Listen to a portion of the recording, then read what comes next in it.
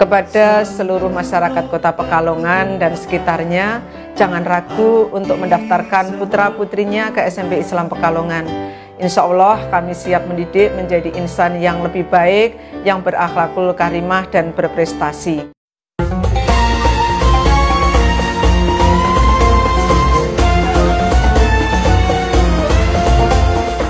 Assalamualaikum warahmatullahi wabarakatuh. Alhamdulillahi rabbil alamin, wassalatu wassalamu ala ashrafil anbiya'i wal mursalin, sayyidina wa maulana Muhammadin wa ala alihi wa sahbihi ajma'in, amma ba'du. Qala Allahu ta'ala fil Qur'anil Karim, a'udhu billahi minasy syaithanir rajim, bismillahirrahmanirrahim. Inna anzalnahu fi laylatil qadr wa ma adraka ma laylatul qadr. Laylatul qadri khairum min alfi syahr. Al-ayah. Para pemirsa, para pendengar channel YouTube SMP Islam pada Mutiara Ramadan kali ini, pertama-tama marilah kita panjatkan puja dan puji syukur kehadirat Allah Subhanahu wa Ta'ala yang telah memberikan rahmat, taufik dan nikmat kepada kita semuanya, terutama nikmat iman wal Islam. Yang kedua, sholawat dan salam kita haturkan kehadirat junjungan kita Nabi besar Muhammad Sallallahu Alaihi Wasallam beserta keluarga dan para sahabatnya dan para pengikut ila yaumil qiyamah. Para pemirsa, para pendengar channel YouTube SMP Islam pada Mutiara Ramadan kali ini, kita akan membahas tentang nuzulul Quran. Kata nuzulul Quran berasal dari nazala yanzilu nuzulan. Artinya adalah turun. Kalau kita idhofahkan dengan Al-Quran, berarti menjadi nuzulul Quran, yang maknanya adalah turunnya Al-Quran. Kalau kita jadikan fiilnya menjadi fiil muta'adi, maka menjadi anzala yunzilu inzalan atau nazzala yunazzilu tanzilan. Itu maknanya menurunkan. Kalau tanzilul Quran berarti menurunkan Al-Quran. Itu dari segi bahasa. Kalau dari segi istilah, nuzulul Quran adalah peristiwa turunnya Al-Quran untuk pertama kalinya di dunia. Nuzulul Quran diperingati setiap 17 Ramadan. Pada tahun ini 1443 Hijriah, nuzulul Quran atau 17 Ramadan bertepatan pada hari Selasa tanggal 19 April 2022. Nuzulul Quran adalah proses turunnya ayat Al-Quran dalam menyempurnakan ajaran Islam sebagai petunjuk umat manusia. Menurut para ahli tafsir, ada dua tahap proses diturunkannya Al-Quran. Yang pertama adalah Al-Quran itu diturunkan fi jumlatin wahidatin, yaitu diturunkan dalam satu jumlah, dalam satu kitab, yaitu diturunkan dari Allahul Mahfud ke langit dunia di suatu tempat yang disebut dengan Baitul Izzah. Pada tahap ini Al-Quran diturunkan pada malam Lailatul Qadar. Dalilnya adalah inna anzalnahu fi lailatul qadar. Sesungguhnya kami menurunkan Al-Quran pada malam Qadar atau malam Lailatul Qadar. Dalil berikutnya adalah Quran Surat Ad-Dukhan ayat 3. Inna anzalnahu fi lailatin mubarakatin inna kunna munzirin. Sesungguhnya kami menurunkan Al-Quran pada malam yang diberkahi. Sungguh kamilah yang memberi peringatan. Cara turun Al-Quran yang kedua, yaitu Al-Quran diturunkan secara bertahap atau munajjaman melalui malaikat Jibril disampaikan kepada Rasulullah Shallallahu Alaihi Wasallam. Dalilnya adalah dalam surat Al-Isra ayat 106. Wa Qur'anan faraqnahu litaqra'ahu 'alan nas 'ala mukthin wa nazzalnahu tanzila. Dan Al-Qur'an kami turunkan berangsur-angsur agar engkau Muhammad membacakannya kepada manusia perlahan-lahan, dan kami menurunkannya secara bertahap. Al-Quran diturunkan oleh Allah Subhanahu wa Ta'ala melalui malaikat Jibril dari langit pertama di tempat yang bernama Baitul Izzah kepada Nabi Muhammad Sallallahu Alaihi Wasallam. Ayat yang pertama kali diturunkan kepada Rasulullah adalah surat Al-Alaq ayat 1-5. Saat beliau berada di Jabal Nur, Gua Hira pada tahun 610 Masehi, atau beliau berusia sekitar 40 tahun. Saat itu Nabi Muhammad sedang menyepi bertafakur memandangi bintang-bintang di langit. Tiba-tiba malaikat Jibril datang menyampaikan wahyu yang pertama. Allah memerintahkan Nabi Muhammad untuk membaca melalui surat Al-Alaq. Bismillahirrahmanirrahim. Iqra bismi rabbikal ladzi khalaq.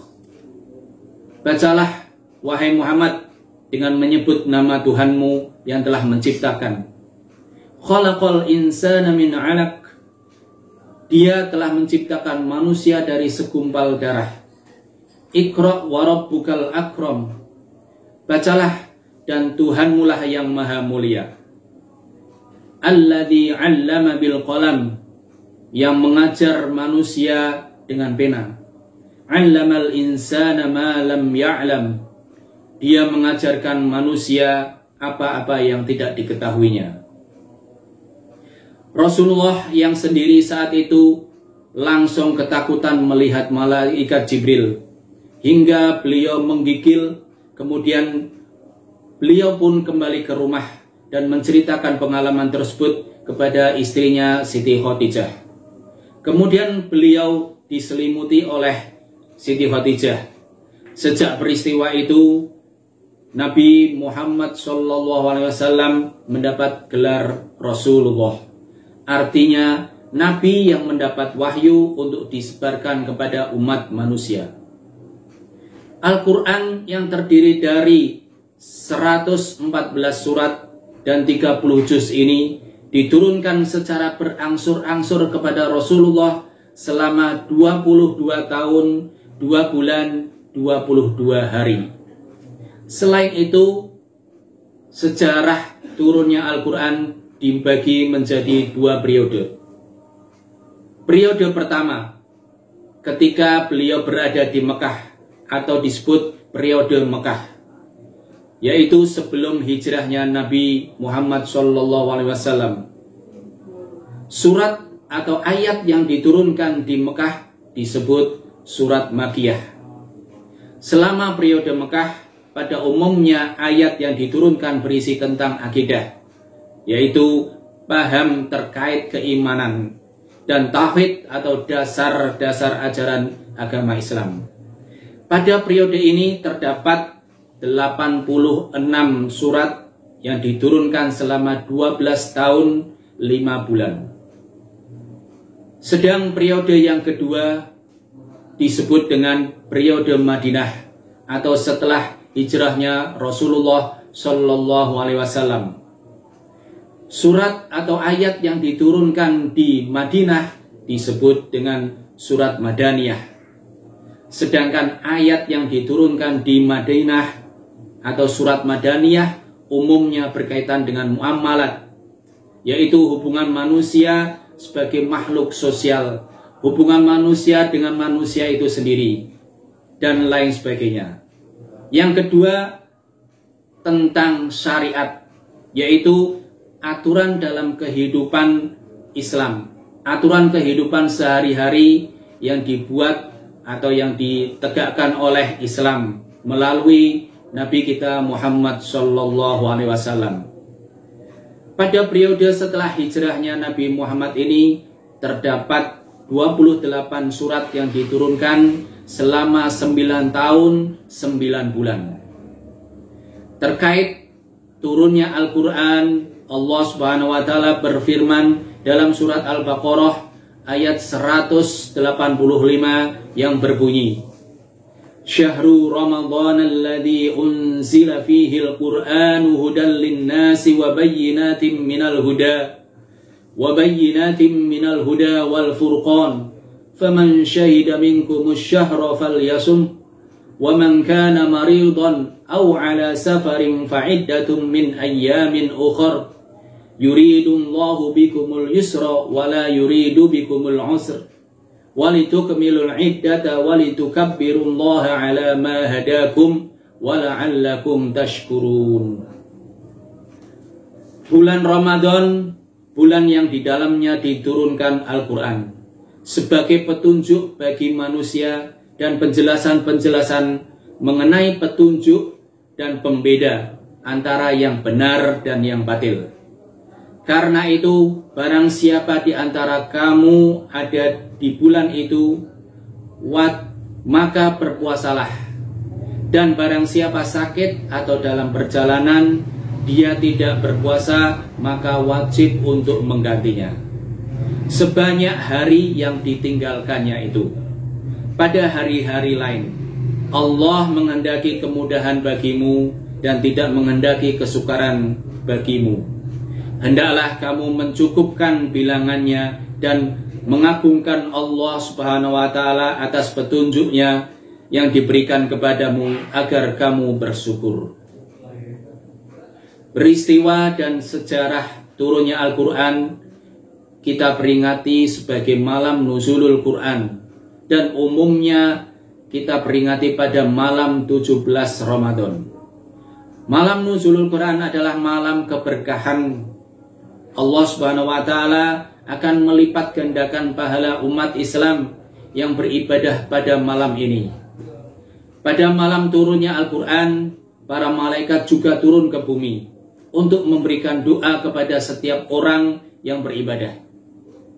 Untuk mendapatkan keutamaan ini, hendaklah umat Islam di dunia memperbanyak ibadah dengan beriktikaf di masjid, bertadarus Al-Quran, membaca Al-Quran dengan tartil, memperbanyak zikir, memperbanyak sedekah, sholat tarawih dan witir, hingga sholat tahajud, memperbaiki sikap dan perbuatan. Jangan malah yang dipikirkan hanyalah makanan untuk lebaran, baju baru, sandal baru, celana baru. Boleh mikir duniawi, tapi utamakan ukhrawi. Para hadirin, para pemirsa pendengar channel YouTube SMP Islam, pada Mutiara Ramadan ini, itulah sekelumit sejarah tentang nuzulul Quran atau tentang nuzulul Quran, yaitu turunnya Al-Quran. Peristiwa turunnya Al-Quran dari Lauhil Mahfud ke langit dunia, kemudian diturunkan dari langit dunia, diturunkan kepada Rasulullah Sallallahu Alaihi Wasallam. Saya kira itu. Sebelum kita berpisah, ada kuis Mutiara Ramadan, yaitu pertanyaannya tentang ayat atau surat Al-Quran yang diturunkan di Madinah umumnya berkaitan dengan masalah apa? Sebutkan dua-duanya. Sekali lagi, ayat atau surat Al-Quran yang diturunkan di Madinah umumnya berkaitan dengan masalah apa? Sebutkan dua-duanya. Keterangan di atas tadi ada dua macam. Silahkan boleh dicek kembali, dilihat kembali. Ada dua macam masalah yang diturunkan di Madinah. Terima kasih. Saya kira itu. Billahi taufiq wal hidayah wal inayah. kita tutup dengan bacaan Subhanakallahumma wa bihamdika asyhadu an la ilaha illa anta astaghfiruka wa atubu ilaik. Terima kasih. Wassalamualaikum warahmatullahi wabarakatuh.